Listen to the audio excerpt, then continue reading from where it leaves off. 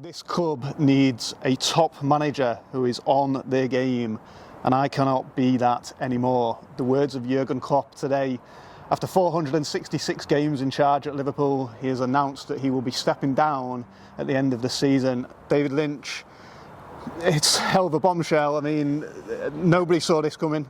No, absolutely. We probably should have taken a hint when the press conference for the Norwich game was held on a Thursday. You don't usually get that, so maybe we should have seen that something unusual was coming. But even then, we joked about it, didn't we? And we thought, it could be a new player contract or something like that. Never, in a million years would you have thought that Jurgen Klopp was going to announce his departure at the end of the season. And a seismic blow really for Liverpool, because for 9 years almost now, Jurgen's all this club has known, and he's made so many big changes and been such a big part of how this is. Liverpool are right back up there now. Really, is a European superpower in football, and that's so much thanks to Jurgen. And so the idea that they've now got to find someone to replace him is just.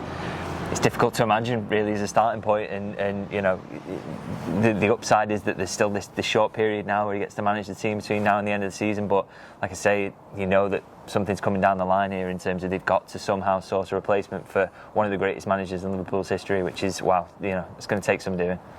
Jurgen himself, he explained his reasons for wanting to go, which is a shock, even more so because just a year ago he said, "My motivation is no problem. I have enough energy for another 10 years if you want."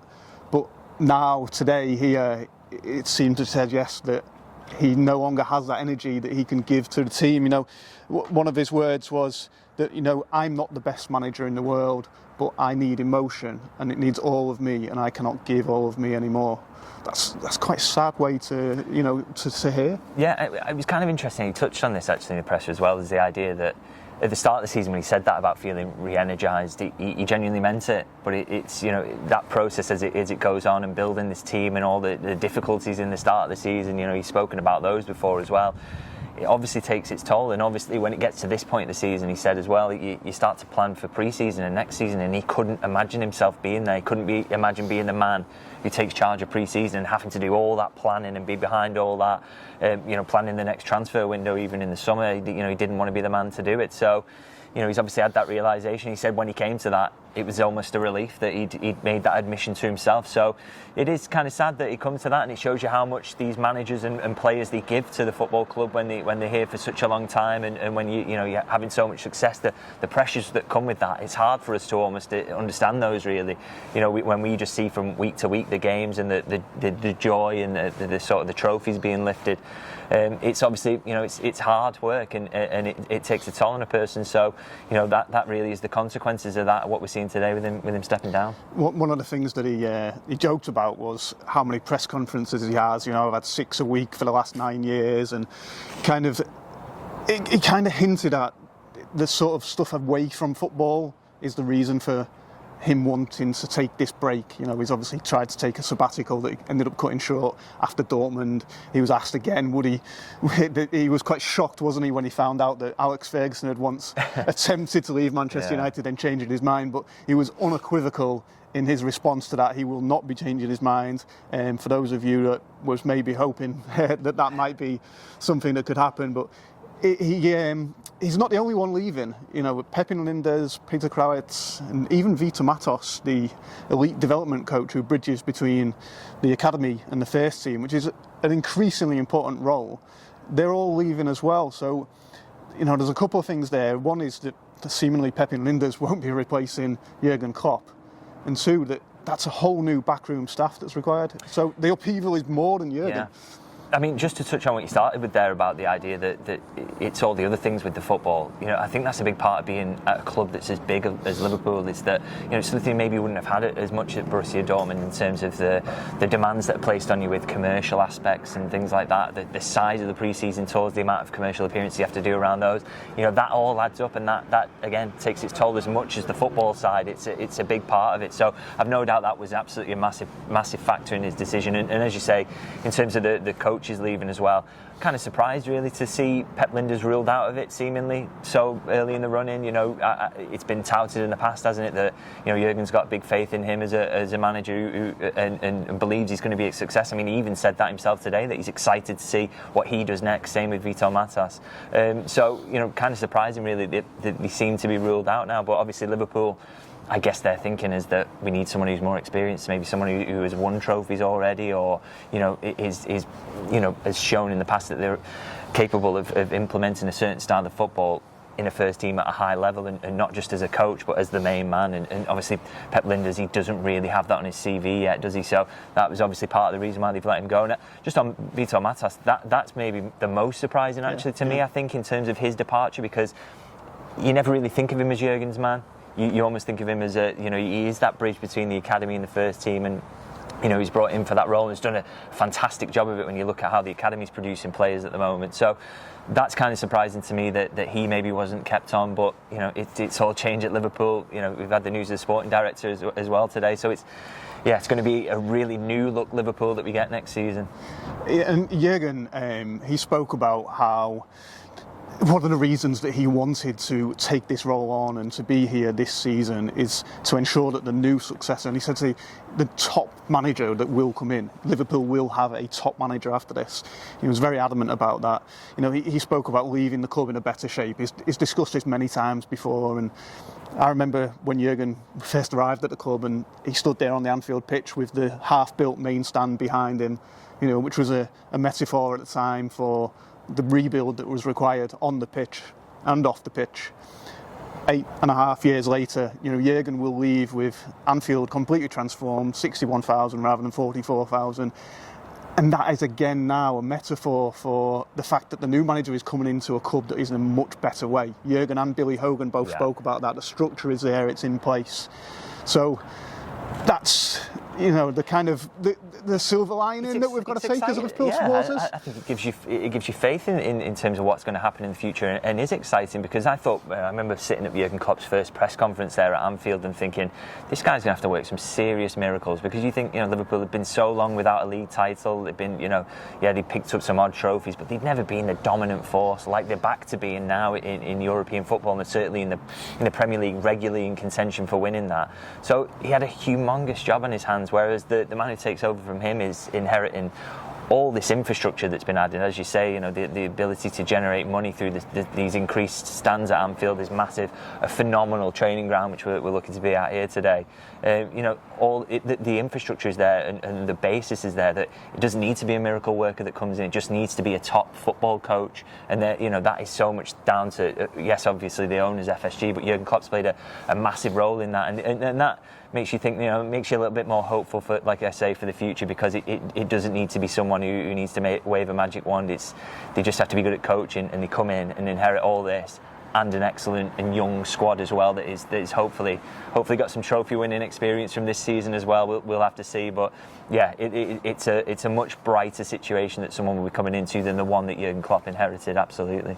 So go on then, we'll have to talk about who that successor might be, and obviously there's two names that have always kind of, alongside Pep Lijnders, but we're ruling him out. There's always been two names that have kind of been batted around, and obviously Xabi Alonso is the bookmakers' favourite very early on, and Roberto De Zerbi at Brighton.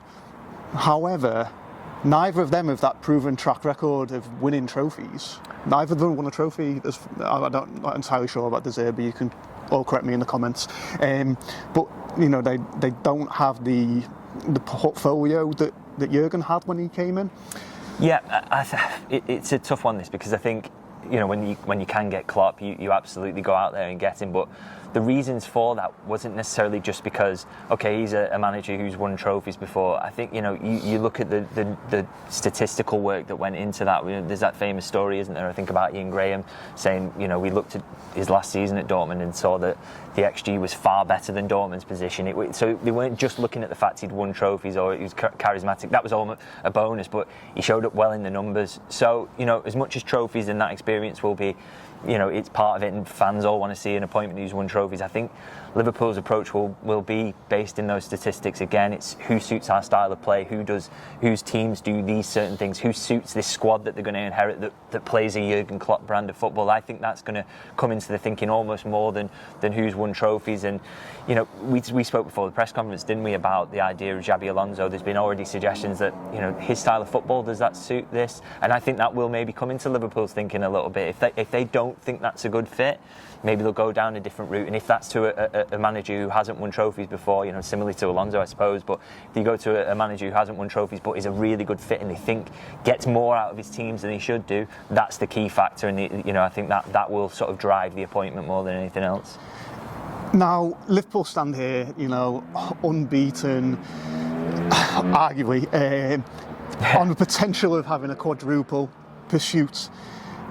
The timing of this is still quite strange. I understand it from the perspective, and I've heard it said, he's kind of going to go out on a high, like Alex Ferguson did at Manchester United, rather than Arsene Wenger, where it kind of went sour at the end. There's the potential of silverware at the end of this season. Is there now a real fear that this could become a bit of a sideshow and distract things? He said that the players are ultimate professionals, they didn't have any questions for him. Those questions might come further down the line. Billy Hogan said that the club won't be providing a running commentary. We prefer to operate when we're able to talk about it, which they've proven by keeping this news under wraps for the last 2 or 3 months. But is that a worry now, that this, or is it the other way around? And it propels everybody to do it for Jurgen, win everything for Jurgen. I mean, there is that threat there, isn't there? But I think in terms of just how the news cycle works, that, this will be big news for a week or so, and then I think everything, because the football is relentless and there's press conference match, the news cycle will move on to the matches and the importance of those. And I think as well in terms of how the players deal with it, Jurgen Klopp is the masterman manager, isn't he? I think if there's anybody in that dressing room who's showing any signs of thinking about what's coming next, and professional footballers are quite good at compartmentalising as well. I think he's going to be fully able to sort of drive any energies and any thoughts of the future onto, okay, well, do it for me. And I've absolutely no doubt that's what the players will be saying to each other as well, is, okay, this is the last dance almost. Let's go out there and make sure that we end it in the best possible way for a manager who's given us all. He's brought us all here. He's given us fantastic careers. He's been a big part of that, and they all absolutely love him as well because of his loyalty. They want to pay that back now, and this run-in is a chance to do that in a big way and end it with possibly 4 trophies. What a way to sign off, and a fitting way for a fantastic manager. Jurgen said that there is a wonderful future ahead for this football club. He doesn't want to be a passenger ahead to disturb that process. Again, that's with a heavy heart that you hear those words, isn't it?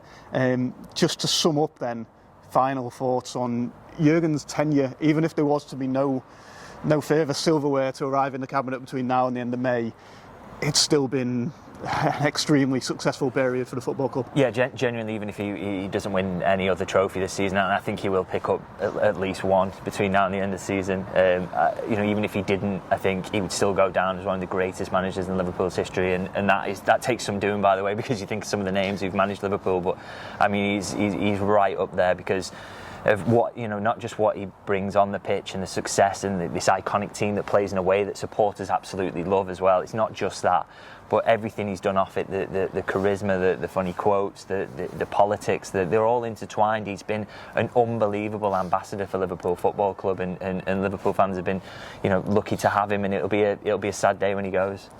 Jurgen, he said that one of his biggest accomplishments has been becoming an honorary Scouser, and one of the things that he most enjoyed about his time here. And there can be no doubt that he has provided us with some absolutely incredible moments, memories, celebrations. But he also pointed out, when he was asked that question, he kind of gave it short shrift of, I'm not here to discuss that right now, I'm not in the mood for that, which I thought was really good. Very nice of him to say, this is not about that reminiscing period, we've got work to be done. And he said, I hope, and in my world, that my best memories are still to come. So Hopefully that is the case, and we've got plenty more to remember Jurgen by when he does leave in around about, well, hopefully 30 more games. In the meantime, let us know in the comments who you would like to see succeed Jurgen when that does happen, and also your favourite memories of Mr. Klopp.